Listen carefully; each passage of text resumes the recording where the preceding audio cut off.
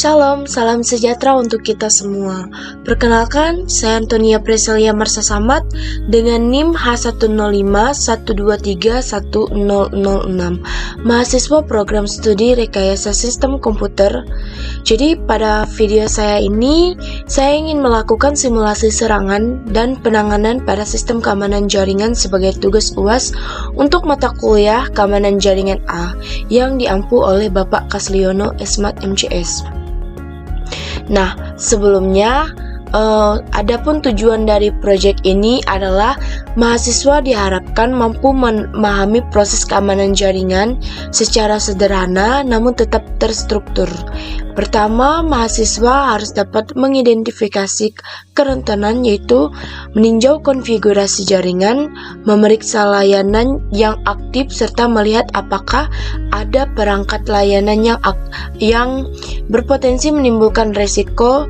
Setelah mengetahui titik lemahnya, mahasiswa kemudian mensimulasikan metode serangan secara konsep, yaitu menjelaskan bagaimana kerentanan tersebut dapat dimanfaatkan oleh pihak yang tidak bertanggung jawab. Nah, apa langkah yang mungkin dilakukan penyerang dan bagaimana dampaknya terhadap jaringan. Tab ini tidak dilakukan secara praktik, tetapi cukup dijelaskan secara logis dan autentis, seperti memperbaiki konfigurasi, memperkuat autentikasi, serta membatasi akses yang tidak perlu, serta menerapkan pembaruan keamanan dengan mengikuti alur. Jadi dengan mengikuti alur ini, mahasiswa mampu memahami masalah, menilai ancamannya, dan menyusun solusi yang tepat tanpa harus melakukan percobaan langsung.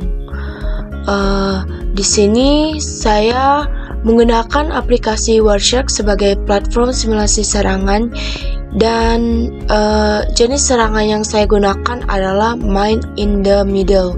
Jadi sebagai target yang saya serang yaitu menggunakan website Acuinetics. Mungkin bisa kita langsung coba ke simulasinya. Di sini jangan lupa yang pertama itu menghubungkan internet wifi gitu. Kalau misalnya kita punya wifi di rumah, jangan lupa hubungkan dengan wifi di rumah atau internet yang kita pakai di HP. Yang pertama di sini saya akan membuka aplikasi Wireshark-nya.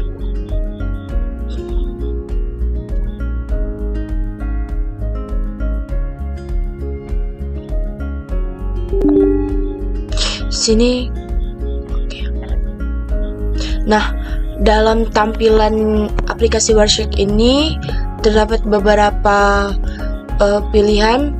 Di sini kita klik yang tulisan WiFi saja, lalu kita klik chapter. Nah, tampilan ini kita klik start aja. Nah,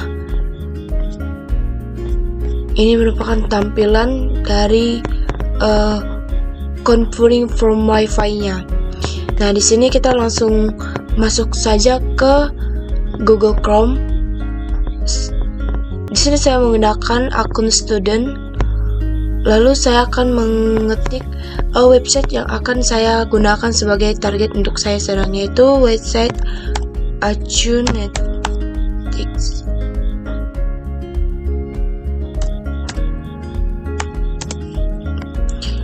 Kita pilih yang ini, Home of Acuinetics Art, lalu kita klik. Nah, untuk tampilan ini merupakan tampilan dari website Acuinetics-nya. Di sini kita klik yang sync up saja. Lalu untuk username dan passwordnya ini kita masukkan, kita ketik teks saja. Lalu kita klik login. Oke, nah ini merupakan tampilannya.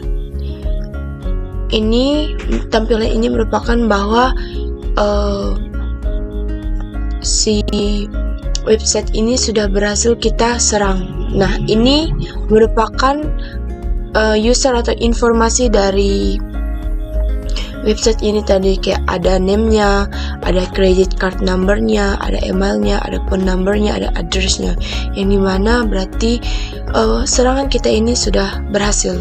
Lalu kita masuk lagi ke aplikasi Wireshark-nya. Di sini kita hentikan terlebih dahulu, kita klik yang tombol merah yang ada di ujung atas ini. Nah, di sini saya ingin melihat untuk get dan postnya. Jadi untuk kalau di sini kan agak susah ya untuk kita melihat get dan postnya karena sudah terlalu banyak.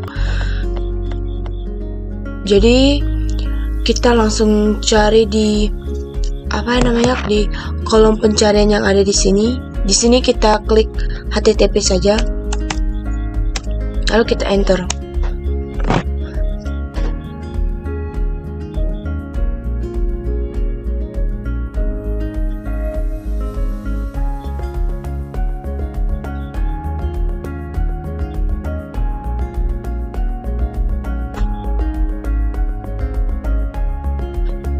Di sini kita cari yang get dan post.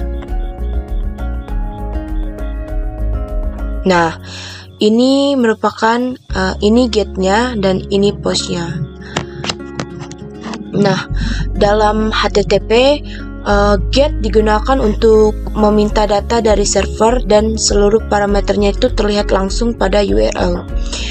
Jadi informasinya itu dapat diamati dengan mudah melalui browser, log atau alat penyadap jaringan. Nah, metode ini sering dimanfaatkan penyerang untuk menyisipkan nilai berbahaya, memanipulasi parameter, atau melakukan serangan berbasis tauntan seperti XSS dan CSRF. Sementara untuk post ini digunakan untuk mengirim data ke server melalui body permintaan. Jadi tidak ada tampilan URL-nya dan mampu membawa payload yang lebih besar, termasuk data sensitif seperti kredensial. Tapi meskipun lebih tersembunyi, post ini juga tetap dapat dieksploitasi untuk serangan seperti SQL injection, brute force login, atau manipulasi data apabila input tidak divalidasi dan difilter dengan benar. Jadi intinya itu kedua metode ini dapat menjadi jalur serangan ketika aplikasi tidak menerapkan sanitasi input autentis atau otoritasi dan mekanisme keamanan yang memadai. Oke, nah untuk mengatasi serangan ini, untuk mengatasi penyerangan ini saya tidak dapat melakukan simulasinya karena tools yang terbatas. Namun ada langkah-langkah penanganannya. Jadi salah satu langkah penanganannya itu yang paling umum dan efektif adalah mengubah protokol dari HTTP menjadi HTTPS. Nah, perubahan dari HTTP ke HTTPS ini membutuhkan penanganan teknis yang dilakukan oleh pengembang atau pengelola server, karena melibatkan pemasangan sertifikat keamanan dan pengaturan server. Jadi secara sederhana prosesnya itu dimulai dengan mendapatkan sertifikat SSL atau TLS dari otoritas sertifikat atau CA, baik berbayar ataupun gratis seperti Let's Encrypt. Sertifikat ini nantinya dipasang pada web server dan konfigurasinya akan agar semua koneksinya dialihkan ke HTTPS. Nah, komunikasi antara pengguna dan server tetap terenkripsi dan aman. Jadi pengelola juga perlu memastikan tidak ada konten campuran yang masih menggunakan HTTP, serta mengaktifkan fitur keamanan tambahan seperti HSTS. Jadi untuk menjaga kelangsungan keamanan. sertifikat harus diperbarui secara berkala dan server dipantau agar tetap menggunakan pengaturan yang aman. Semua langkah ini hanya dapat dilakukan oleh pihak yang memiliki akses penuh terhadap server atau sistem pengelolaan website. Oke. Dan untuk analisis serta kesimpulannya di sini saya sudah merangkum untuk analisis dan kesimpulan pada simulasi kali ini. Nah, jadi berdasarkan proyek yang dilakukan ini dapat dipahami bahwa keamanan jaringan tidak hanya bergantung pada perangkat keras atau perangkat lunak yang digunakan, tetapi bergantung pada cara protokol komunikasi bekerja melalui simulasi secara man in the middle atau MITM menggunakan Wireshark. Terlihat jelas bahwa koneksi yang masih menggunakan HTTP memiliki tingkat kerentanan yang sangat tinggi. Nah, informasi sensitif seperti username dan password dapat terekam apa adanya di dalam paket jaringan, sehingga penyerang tidak hanya memerlukan teknik kompleks untuk mengambil alih data korban. Jadi hal ini juga menunjukkan bahwa kelemahan utama terletak pada tidak adanya enkripsi yang melindungi data selama proses transmisi. Jadi proyek ini juga mengajarkan bahwa proses penyerangan tidak selalu harus dilakukan secara langsung. Nah, memahami alurnya saja sudah cukup untuk melihat bagaimana sebuah celah dapat dimanfaatkan dengan memilih isi paket get dan post pada Wireshark.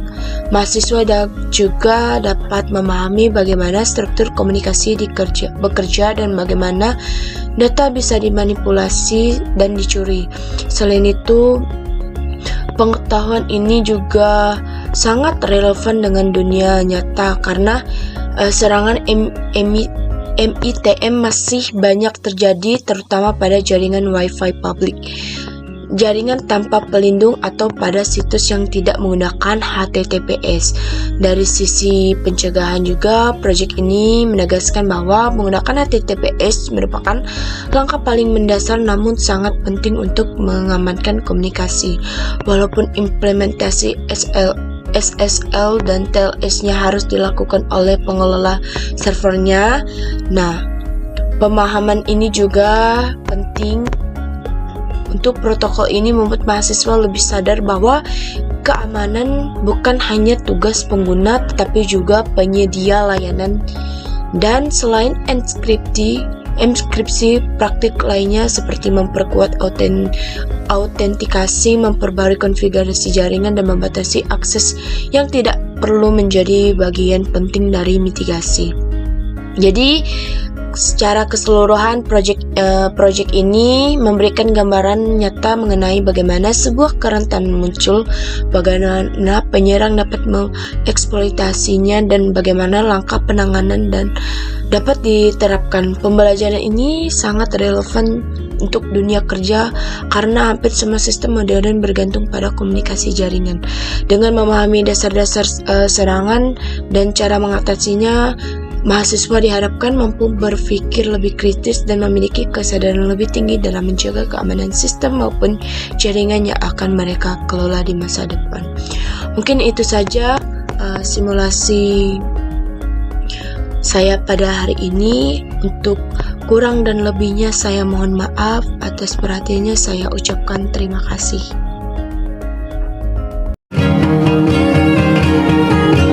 I've never known someone like you, tangled in love, stuck by you, found a clue.